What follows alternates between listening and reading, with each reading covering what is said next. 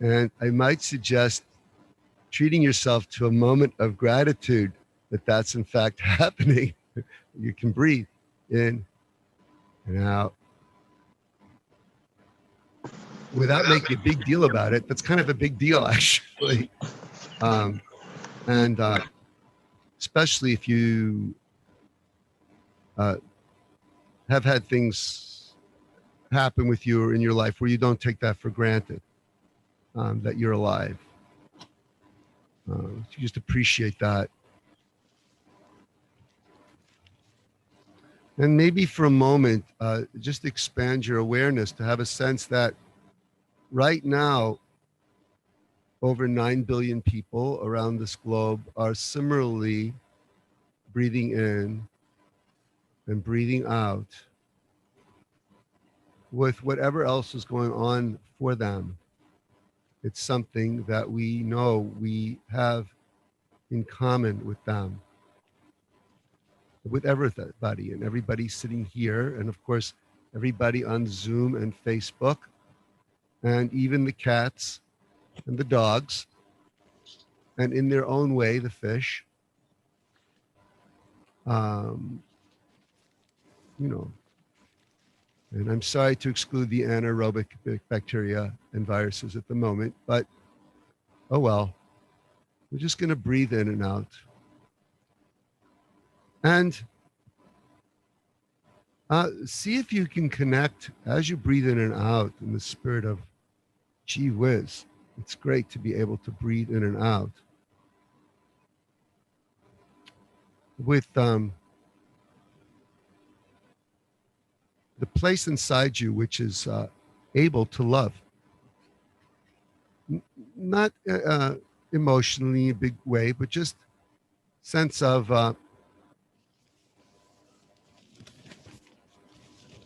wishing for all beings to be well, wishing for all beings to be at ease,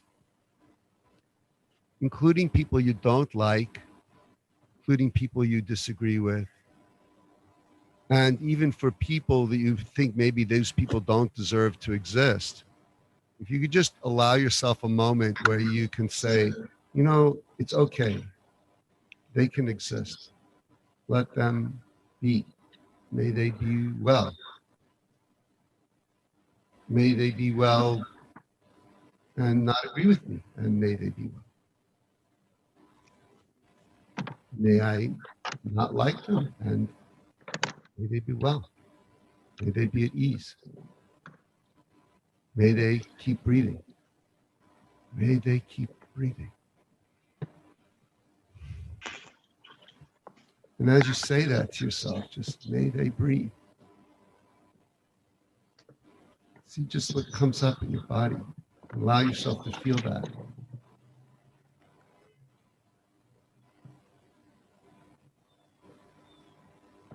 So let's just be here together in love this morning. And it's a love that's not based on our stories or what we make up with our minds. It's just based on our breathing, on this simple in, out.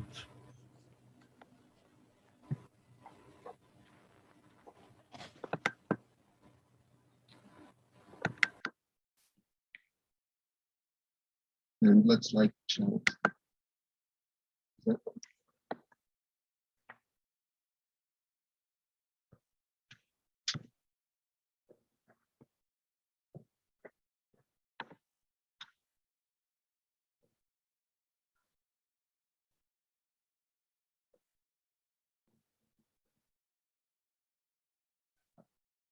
Now what?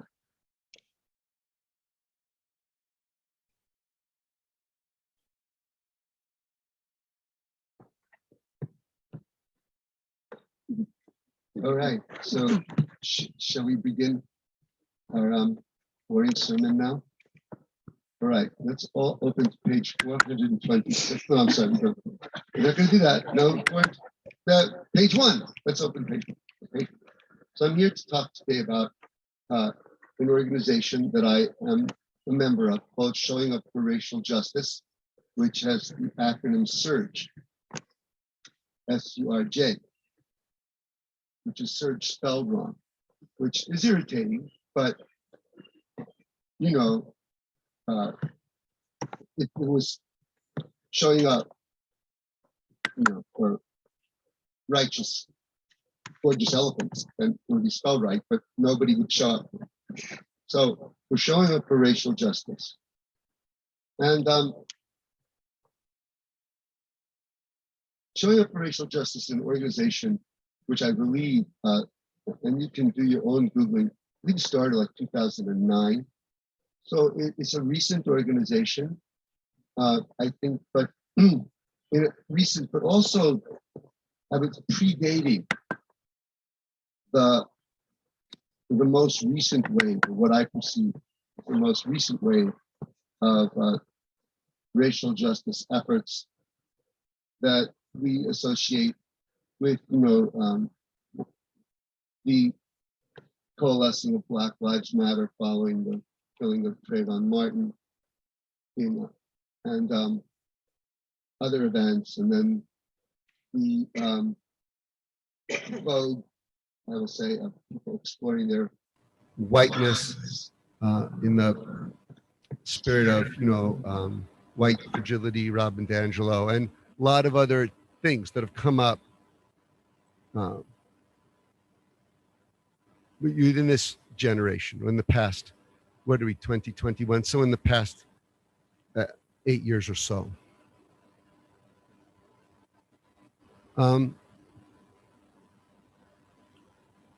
So we have to remember that the working with racial justice issues is a centuries-old project, and that we're part of a centuries-old project. We're carrying something forward. We're maintaining something. We're sustaining something, and trying to expand something, move something forward. That's an arc that's been going on for a long time in all kinds of forms. I think in some way, what is important about this time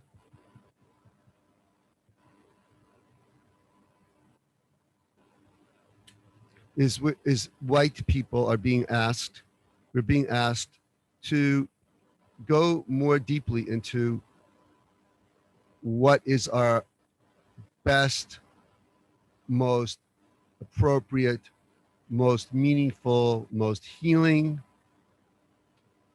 least egocentric kind of role to be playing that is unique to or special to being white, and to think about that more clearly, and to embrace the fact of being white as including many things which don't appear to our consciousness.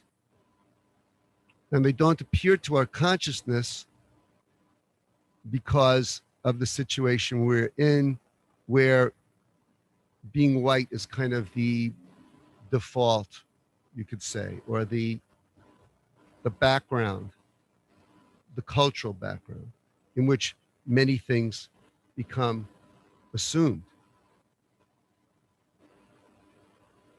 So I think that's the thrust of a lot of things that are happening recently, is that we're looking at the word that's being used mostly is dismantling of a culture that doesn't serve anyone, actually,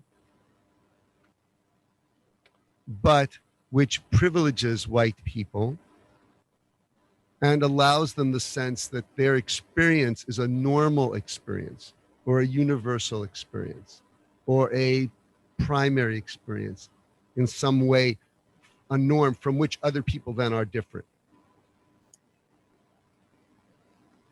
So that experience of moving oneself off center, so that you're no longer the central player in the drama,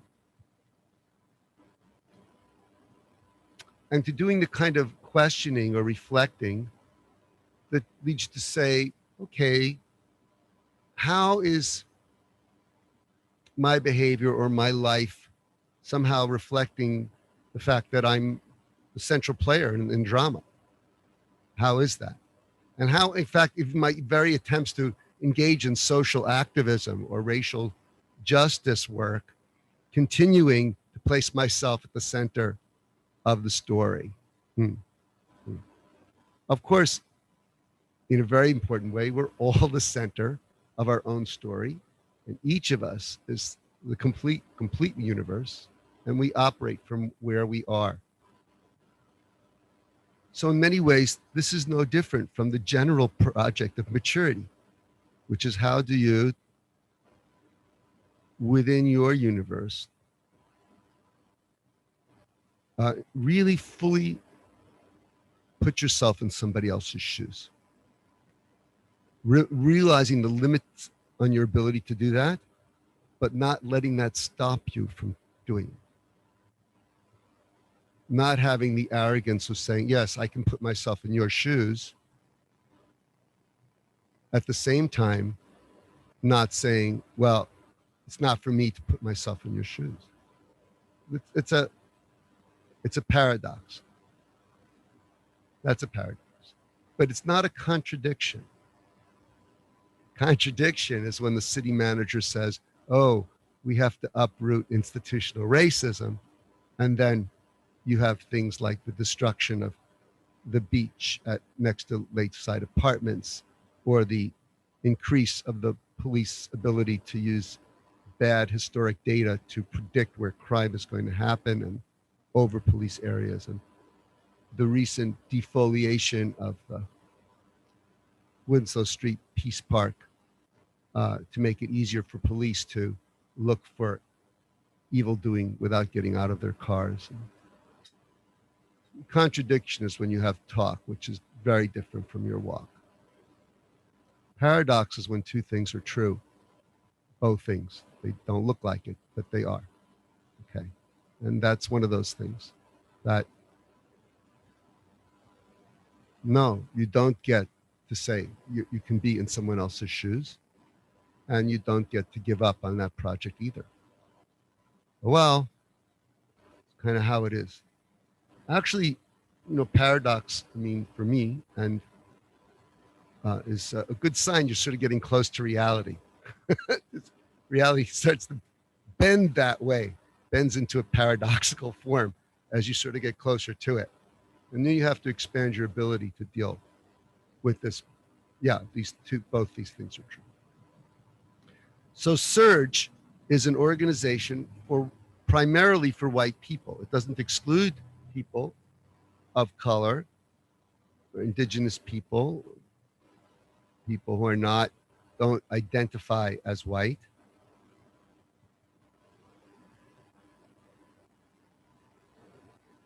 At the same time, that's the thrust of the work, is to give people an opportunity, I think, to say, okay, what is this whiteness thing?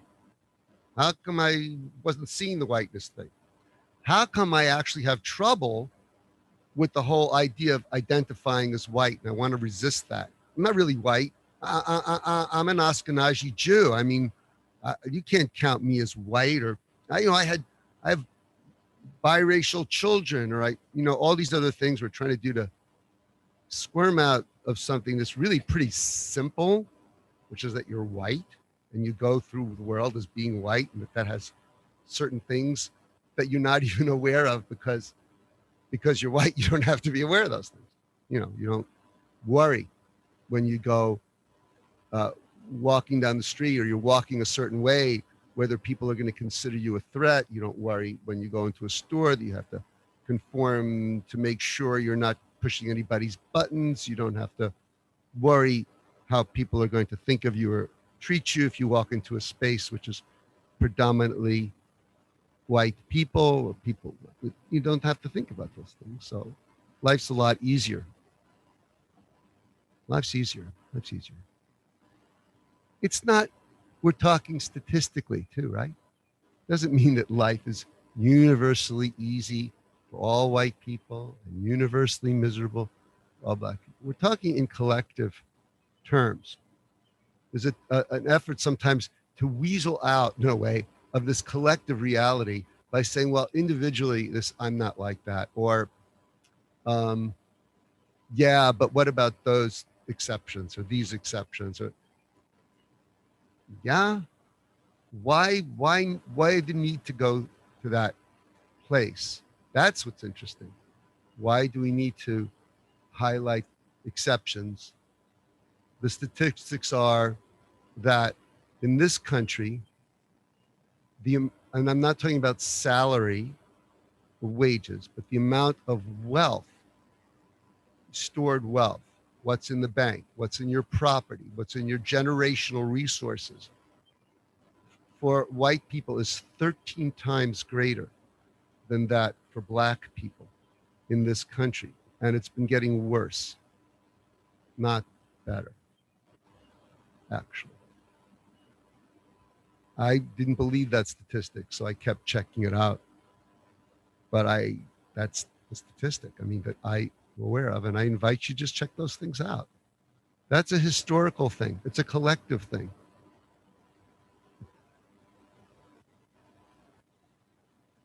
It's okay to be uncomfortable about that. So I think what I want to say about Surge is it's looking at a few things. One, what are the unconscious aspects of whiteness that we play out? Two, how do we take action in our community, our local Worcester community? How do we take action in a way that advances, gives the microphone to um, BIPOC, BIPOC is Black, Indigenous, people of color, and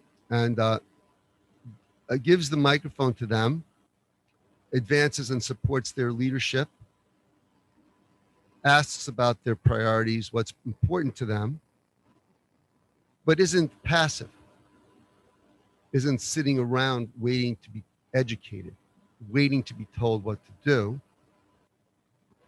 That's my responsibility, our responsibility, to be learning, educating myself all the time, no experts around, um, and based on the priorities I know about, to take action, sometimes in concert with people of color and sometimes not, and to have lines of communication open so that I'm accountable. So if I get out of my lane or I'm doing something which is taking the microphone away or operating out of my own head instead of what's happening on the ground, there's a connection there so I can be called on it. I can be either gently or even through silence, I can know. I'm informed. There's a channel of communication. So I think Surge is about those things. Learning, being aware. Yeah. So I think the structure of Surge is that you can have a very, very minimal involvement, or it's a spectrum. It's an accordion, and you can change it as you go through your life. So when you enter Surge, generally speaking, if you want to do any kind of action work, you're asked to be part of an affinity group. Now, I am not always comfortable with the dichotomy in Surge between, okay, you have affinity groups, which are basically to learn and read and study and do this stuff, and then action groups, which don't do that so much. I'm not always comfortable with that, but that's how Surge is.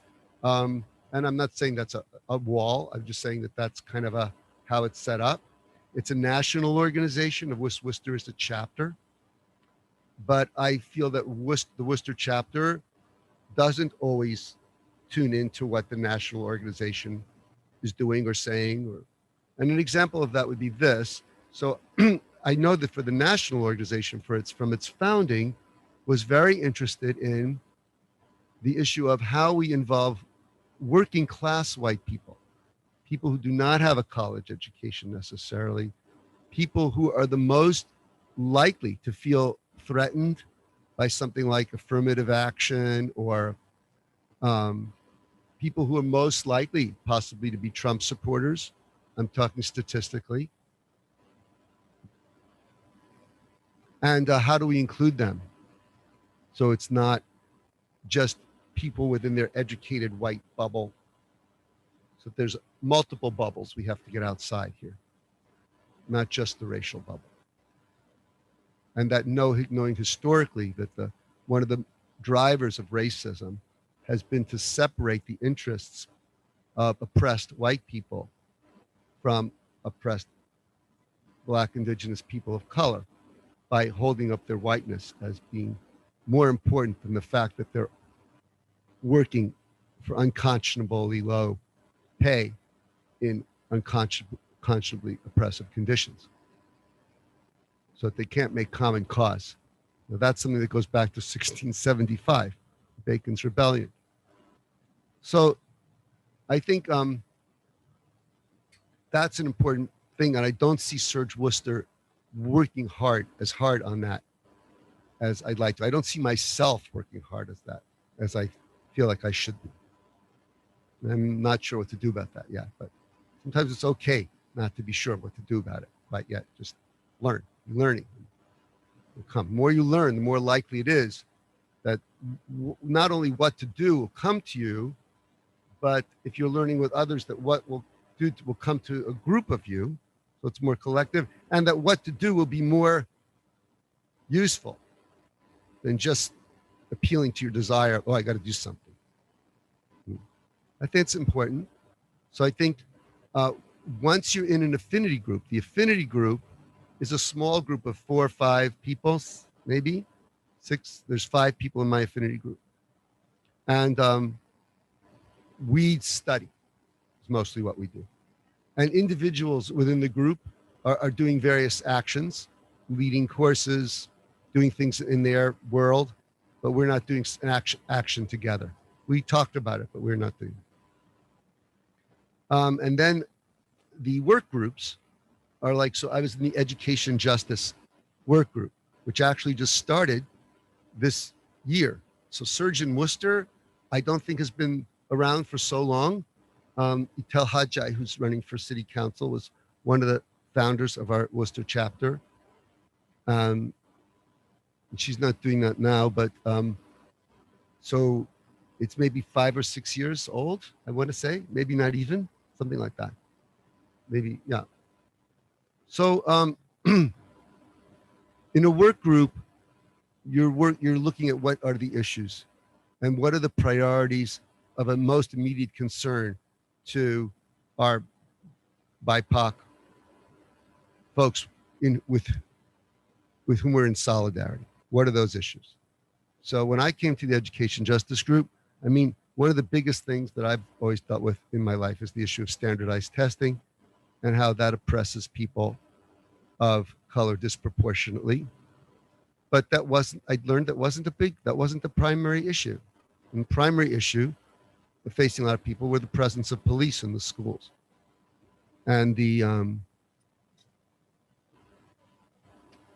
and how that presence of police in the schools played into a certain narrative of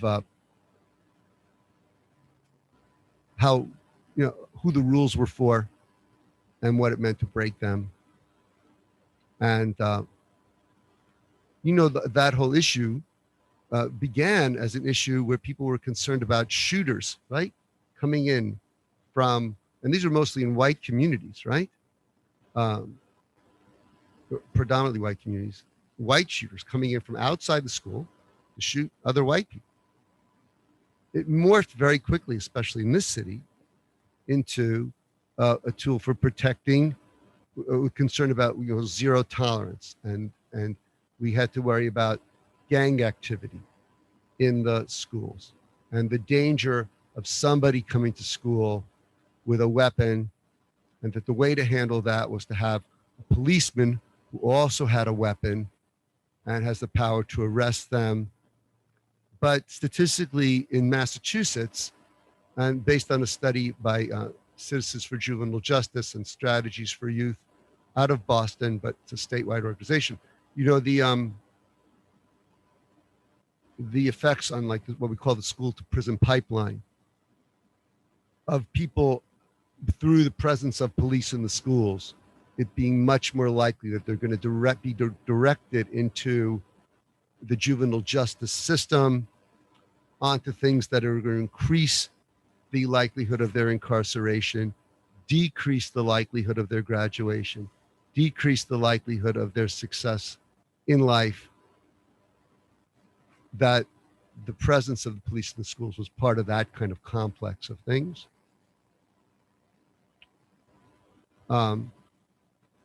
So that was a priority. And where that's at now, I'll just say, so you have the city manager did a sort of a top-down executive order to remove the police from the schools. But the group that's working on what's going to happen with the safety plan after they leave has very, very few representatives from the communities, predominantly school officials who believe that the cops should be there, police officials themselves, other groups who are not thinking seriously about things like a restorative justice culture or other stuff. So, you know, you could say that, okay, we did that. We had victory on that issue, and we did. Cops are supposedly going to be out at the end of this calendar year, but we still need to keep our eye on it. But it let us now look at what some of the other priorities were as well, because we noticed it was a shift in the BIPOC community from that being such a big priority to other things then coming. So that's how that works. One of the things that's great about the education justice is we have liaisons. We have a liaison effort. So, for example, I'm liaison to African community education in Worcester, which works mostly with refugee population here, African refugee population, and Latino Education Institute, and other people have relationships to groups like Black Families Together. This enables us to sort of have a two-way pipeline of we can communicate our knowledge of things that are going on, but mostly we're learning about what are the priorities, and we can be held accountable. So we know that our action, if we're sort of out of line in some way, or doing something that's not productive, we'll find out. We have individual connections through which, friendships through which we can find out. That's very important. Yeah, but there are monthly meetings. Since I've been in Surge, everything's been online because I didn't join Surge until just a little since after the pandemic started. But I don't want to go into my personal narrative around that. Just yeah. So at this point, I would like to take questions. I'll just say one more thing. I think it's very important to do this work. But I had my initial experience of Surge was not good, and I'll tell you why. When I came into the education justice group, there were like 40 other people who were all of a sudden joining this group because it was in the wake of the George Floyd murder. And I said, wow, we need to really get organized so we can find all things for 40 people to do. That's a lot of people. We have to mobilize here and there. Within a month, 2 months, I'll say, 2 months, 3 on the outside, people were all gone. There were like 6 of us. And I said, well, this is like, drizzling on a hot sidewalk. It's evaporation. And, I felt like, okay, I should have known better. I felt like, because I'm not my first rodeo, but I felt like, yeah, what I would say is this is racial justice work or any kind of serious social justice work that comes to grips with the fact that we are living in an upside down society. A society in which a few people matter and most people do not. And we are not thinking about human development. We're thinking about something else.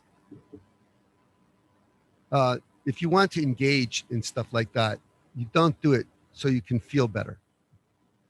Not about yourself, not about the world, not about the country, not even particularly about other people, although I think you meet great people doing that, and that makes you feel good about yourself. I don't think that's, you have to be prepared to endure more discomfort, uh, more disequilibrium, more off-centeredness. Now, I think of course, there's a higher equilibrium in some ways you get to. Part of the reason you get there is because you have to take such good care of yourself. You have to devote yourself to meditation and to maybe your religion or people you love so you can stay healed in the midst of seeing more and more things that you weren't seeing before, weren't in the way of seeing, weren't allowing you to, didn't have the support to see. You can't do that. You can't, we say in Zen, you can't do this alone and nobody else can do it for you. I like that paradigm. So, but you can't do it alone. These are not individual issues, they're collective issues. Big problem that I see people do is they take on the collective weight of a 500-year or maybe eternal, problem, and they try to take that on as an individual. I don't think we're built for that. That's a sign that you're kind of what's keeping you exactly from reaching out? That's the problem. We're in the society. You can't reach out. So you do it I would just say about justice. So Cornel West, the quote that's on all my emails is, justice is what love looks like in public. Justice is about you are in touch with the love you feel inside yourself and want to feel for others. You don't see that reflected in the world you live in. You want to see it reflected in the world you live in. You want to see these things be about love. Sorry.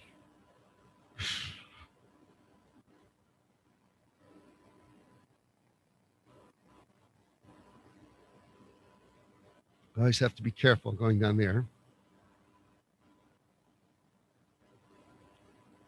So that's the emotional side. And then there's the rational side. It doesn't seem fair. Things are just unbalanced. In order for you to be okay with this uneven distribution, we should use the word distributive justice, things not being distributed fairly, you have to assume that some people are just better than others. They work harder. They know how to obey the rules. They're better people. And if statistically it looks like there's a group of people that's not following the rules as well or not succeeding as well, then collectively there's something inferior about them. We don't even have to bring that thought actually into our mind. We just take it for granted. To be okay with it, you have to assume that it's somehow fair. It's fair because you worked harder, because you were smarter, because you had a better culture, you had a better background, you had whatever you had that makes it fair for things to be 13-1. So you have to have a sort of a jarring cognitive experience as well around that, as well as an emotional experience. It's both. So justice is what love looks like in public. And it's also what sanity or rationality or just looks like in public. Truth, you could say, right? It's not covered over by your need to feel comfortable about the situation. So you can see as you get into this and you feel more keenly your own sense of love and your own sense of elementary school level fairness. These are not graduate school. I hear a lot of reading about analysis. We have to have the analysis. It's great, no problem. Get your doctorate and having the analysis. I did it too, but a lot of these things are very elementary school, I think. So you go into it with what in Zen we call beginner's mind, You're just looking every day to say, what don't I know about today?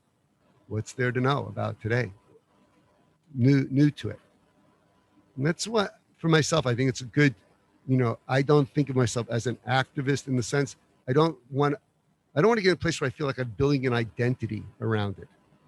And the reason for that is if I have an identity around it, then I'm cherry picking, okay, what's going to support that identity, what's not going to support. I'm just looking to gather things to support my little identity that I've created for myself about being an activist or whatever you want to call it. And it just keeps me from coming to the situation new. I don't know if that makes any sense. So maybe this is all too psychological for you. I really want to talk about Surge, but I think when you go into Surge, it's good. Surge is not going to save you. Surge is not going to solve your problem. But through your affinity group and your work group, you will be learning and you'll have people to talk to about it. That's awesome. That's better than not doing that. Yeah, and your world will start opening up if you want that. If you're doing it to perform, you can perform. That's no problem. That's what you want. If you want to do it, I'm in Surge. I feel better about myself now. Fine, but it's not really going to advance. It's not the ticket, as we could say that. So that's all I want to say. I'm sorry, I talked too much. Questions? Snide remarks. You can have the microphone. Just put up your on Zoom, Facebook, and hear you.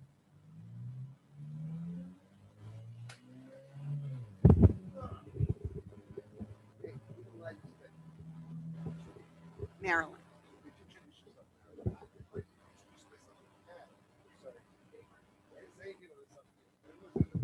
Okay, Nat is now going to introduce himself.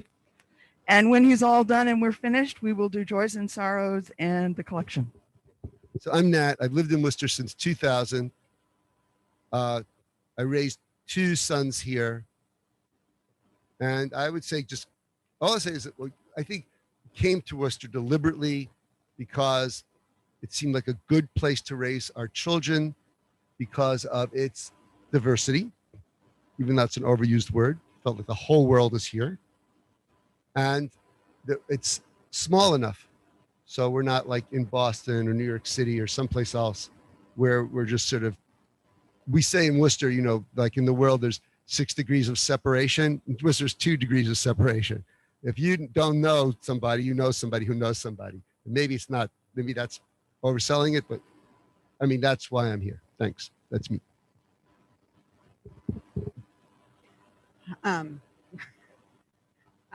My name is Marilyn Martin, and I am a member of this church.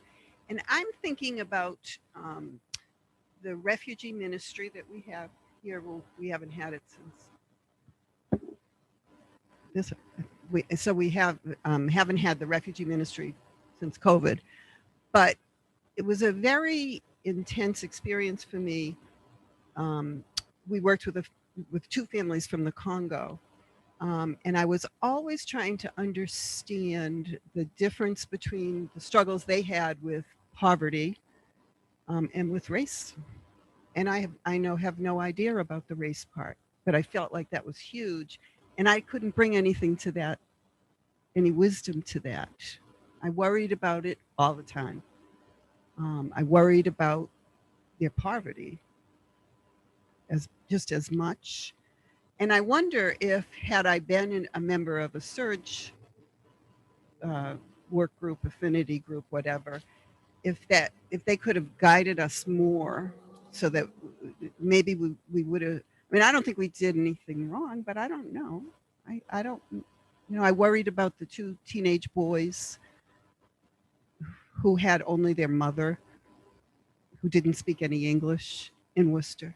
I worried about everything. I could worry about it from dawn till dusk. I just worried about it all the time and didn't know what I was bringing other than my love.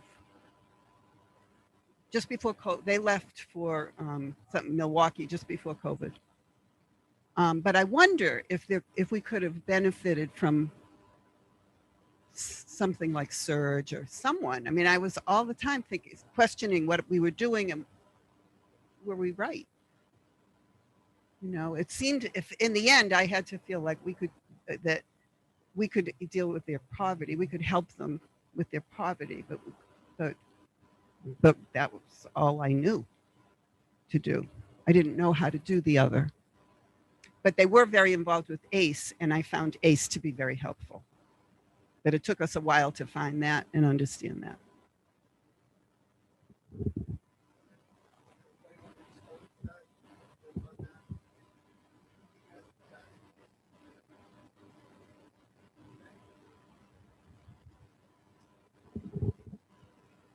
So my my daughter is my name is Georgiana. I'm a member here, and my daughter Mariah, my ex-husband who has passed away since, is from Ghana. So I all of their family were very close. They moved down the street from me. He remarried and has children. But when he passed away, they had a big Ghanaian party. I don't know if any of you know it. It would fill the church. It was like 600 people. I mean, it was huge. And I went, and they placed me at the main table, which is like 60 people, huge table. They placed me at the main table, and they called me first wife. That's how they, even though we were divorced. So the culture of, the Ghanaians who are, it was British first, and so they all mostly all speak English. That culture embraced me. They didn't think white black. That's how they. And when they came around, they were all shaking my hand like I was part of their. That to me is their cultural way. They don't think like black white so much as Americans, which were slavery. So for me to know that and to feel that love and kindness and everything was like a remarkable thing for me. And it's not the first time that I felt that. I would, how were saying if you're the only black person in a group of white people, you have, you're aware, I would be the only white person in huge groups of Ghanaians and other Nigerians, like lots of cultures. And I would never stop and think, oh, I'm the only white person until I saw a picture, like there's my face and, something like that. But, that is a difference between um, cultural things for American people of African descent than there are from what you're saying about, the poverty and things like that. And sure, some people, lots of people from Africa come from, poverty, and they're coming here for a better life, but they look at it different. That's my take on this. How do you think about that now?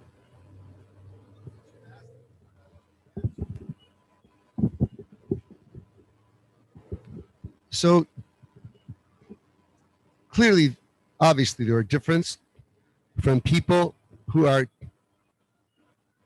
here who are black, who are here for different reasons and from different provenances, we could say.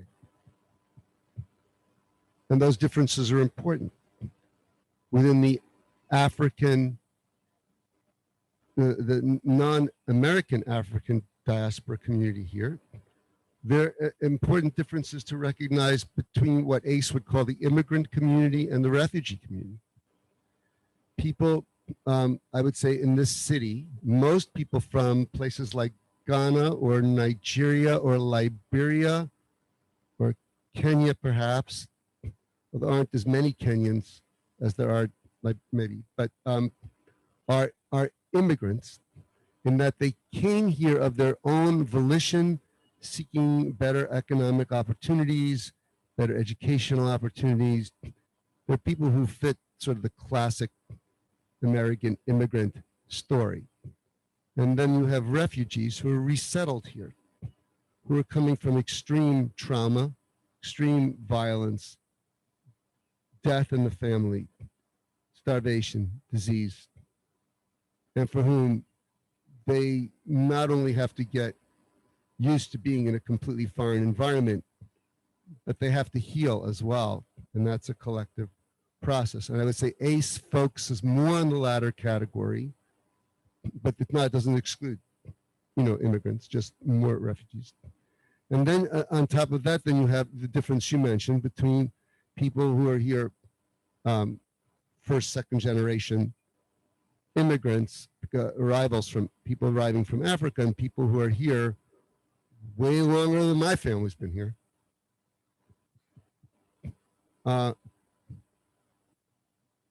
So, yes, I think we have to recognize the differences.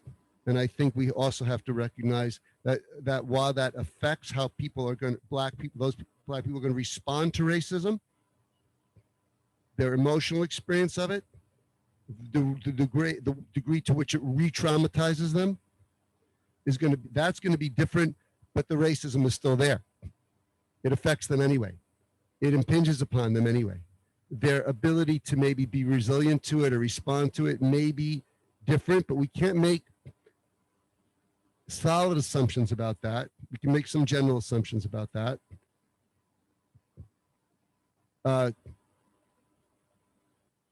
Certainly their history of speaking up against it or dealing with it is going to be very different.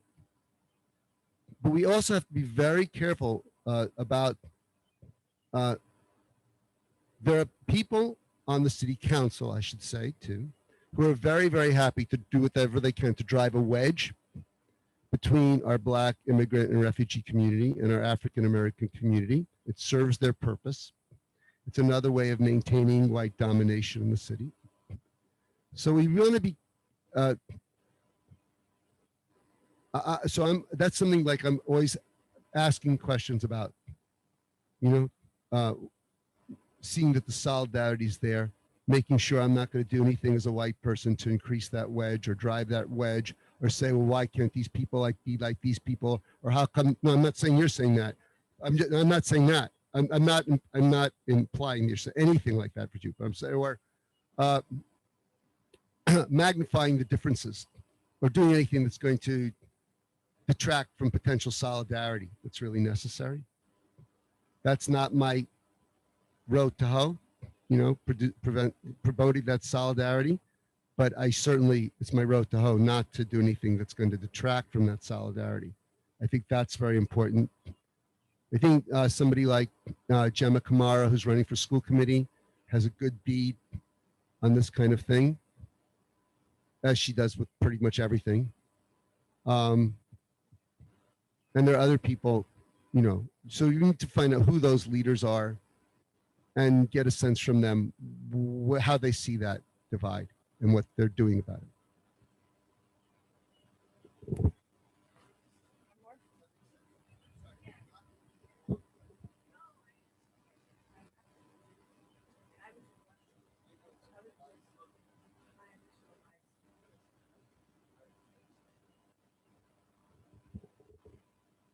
Hi, Nat. I'm Beth. I'm a member of this church and the Side with Love group, and I was a member on the fringes with the refugee support group. And my initial comment I wanted to just make is, you know, that what Marilyn, what you did, and June so much with the first family we had, and other people that were involved, was create a bridge, this huge supportive bridge.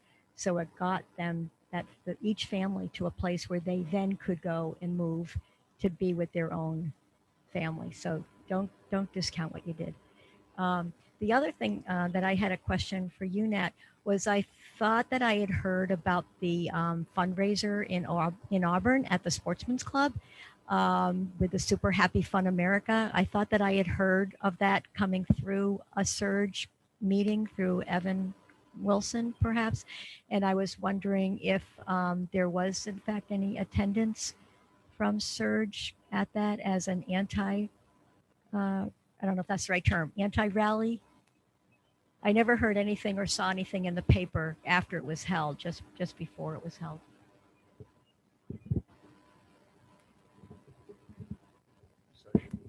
So that's an easy thing for me to find out about, whether anybody physically went to Auburn to be part of that.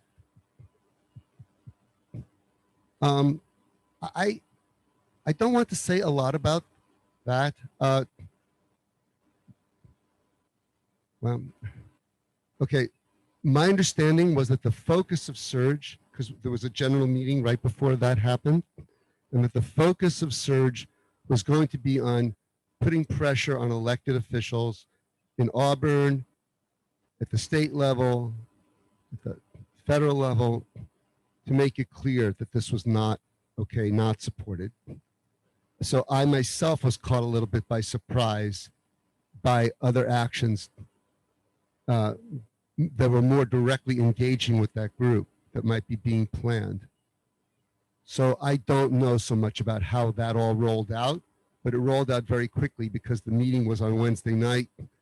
And when I sort of woke up on Thursday or Friday, so the thing was on Saturday. That Saturday, I felt like, oh, no, I didn't. This is new, So I don't know so much about what happened. I'm gonna stop there.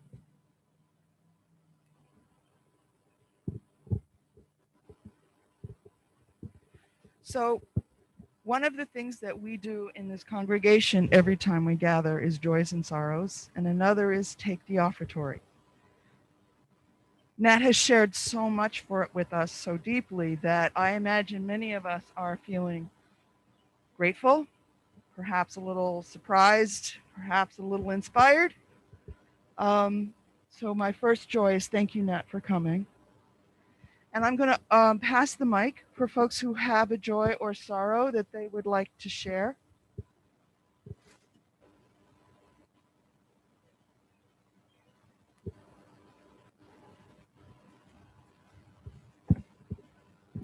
Hi, my name is Pauline. This is a very strange joy, but it's a joy. I have friends in New Jersey who are from the same city I'm from. I'm from Holyoke, Massachusetts. And we're from immigrant families. And the father, because there's a daughter involved, the mother died of COVID. And he's my age, the father's my age. He asked me if I knew of a certain book that had come out in 2020, and I had not heard of it. This woman did an autobiography, but just of a certain time in her life when she was 9 years old. So the book was sent to me, and I couldn't believe it. I was blown away. The cover had a cross section of the street sign, Mosier Street and North Bridge Street. That's where I lived. And the building in the background was the building where I lived. She lived, this author came from the same building. Of all of Holyoke people, she came from the same building I did, but from a different era, although we were only 2 years apart in age. So it was wonderful reading her book because so many things, so many elements in her story were my elements, were my history. Many different, and I'm convinced it's because of the mothers. The mothers were from different backgrounds. Hers was from Austria, and mine was from Quebec and Ireland. And so our upbringing was very different. But I was blown away by this, and the next step for me is to try to contact that woman because I too I'm doing an autobiography. And so I see a lot of things that are already in there.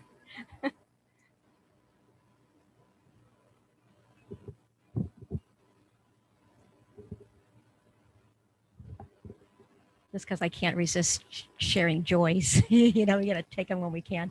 So I really appreciate being here and hearing that. I was going to have to attend by Zoom if I was away, but even better to be here in person. So I know a lot of people had reached out to me, had heard about my mom that was going to have a pacemaker a couple of weeks ago. And my mom is just doing so well. She's like got this new lease on life. This is my 91-year-old mom down in Maryland will soon be ballroom dancing again when she can start to use her left arm again. So just wanted to pass that along. Thank everybody for all their good wishes.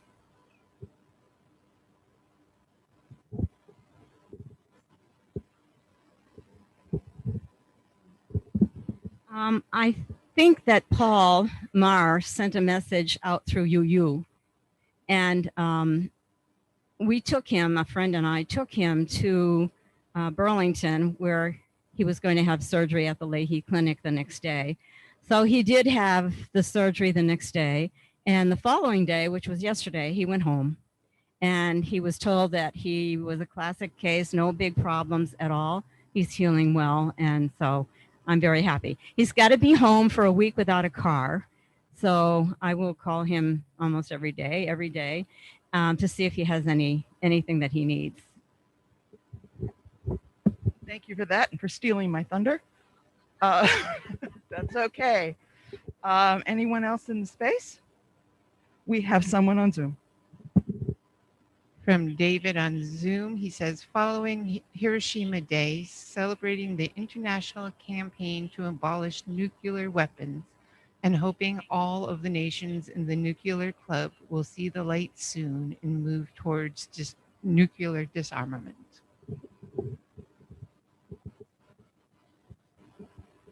Can you look and see if anyone was on Facebook? Because I'm not there.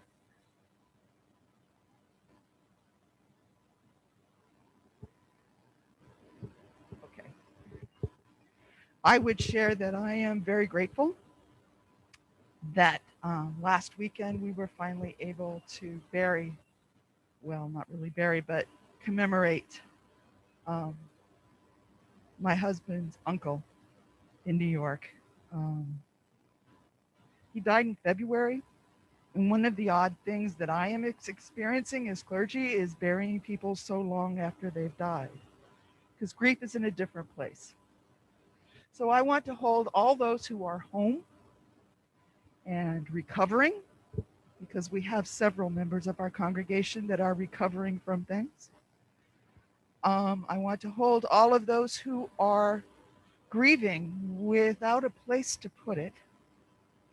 I want to hold all of those who are concerned about the Delta variant and how things are changing and different. I want to hold all of those who do not want to go back in, but are too afraid to come out. And I want to hold all of our joys, being able to get together, to being able to connect with each other. And I want to be able to continue the work of our congregation as we work to make a more just, more fair, more free, more loving world. May it be so. Amen. Now for the collection, what we're going to do is I'm going to put the jar, the plate, underneath the chalice, and I invite you to put your collection in there. And now I'm going to hand this back to our guest speaker for our closing. So in closing, I do want to say, I probably didn't make this clear, but I do want to recruit you to join Surge. I think it's a good idea. I think you should do it. Do it without expecting that it's going to cure you or that you're going to find the answer there, but you participate. And as you stay with it, and it's important to stay with it, even if your participation increases or changes form or shifts, so stay with it, find ways to make it better, more effective, more powerful. But that won't happen unless you stay with it and add your particular brand of brilliance and beauty to it, which only you can add. That's the thing, beauty about collective action, is that it brings out our individuality. It doesn't suppress our individuality. It brings out our individuality because we each find out what we bring to the potluck. So that's important. So just surgeworcester.org. And on there, you'll see there's a join us thing.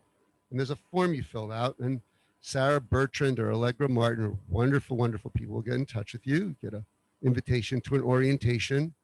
If you can't make it to the orientation, that's the first Monday of every month at 7 p.m. Except last month, Sarah wasn't feeling well, it didn't happen. You'll have a one-on-one orientation, no problem. And then things will just, you'll be on a very gentle conveyor belt and everything will just roll out. You know, maybe not the next day, but it'll roll out. You'll be in, you start coming in.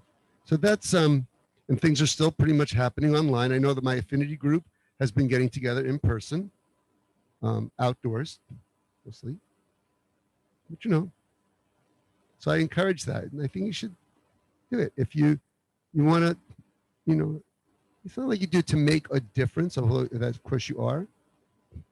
You just you're doing it because it's just the thing to do, because it's natural. Feels natural to participate with other people in this way, meet new people, find out new things. Thank you for inviting me. I want to return to our breathing for a moment. I want to acknowledge that as a result of my speaking, even though most of the time I felt I was speaking from a pretty settled place, that people may feel unsettled or not so much in equilibrium, or feel like they've got something to think about or something they don't want to think about or whatever, but something. So I apologize for any of the inadvertent, unsettledness, and I don't apologize for any of the healthy unsettledness. Can I say that? So that this end that way, and I don't have any other final words except thank you for the opportunity. I don't get these kinds of opportunities very often.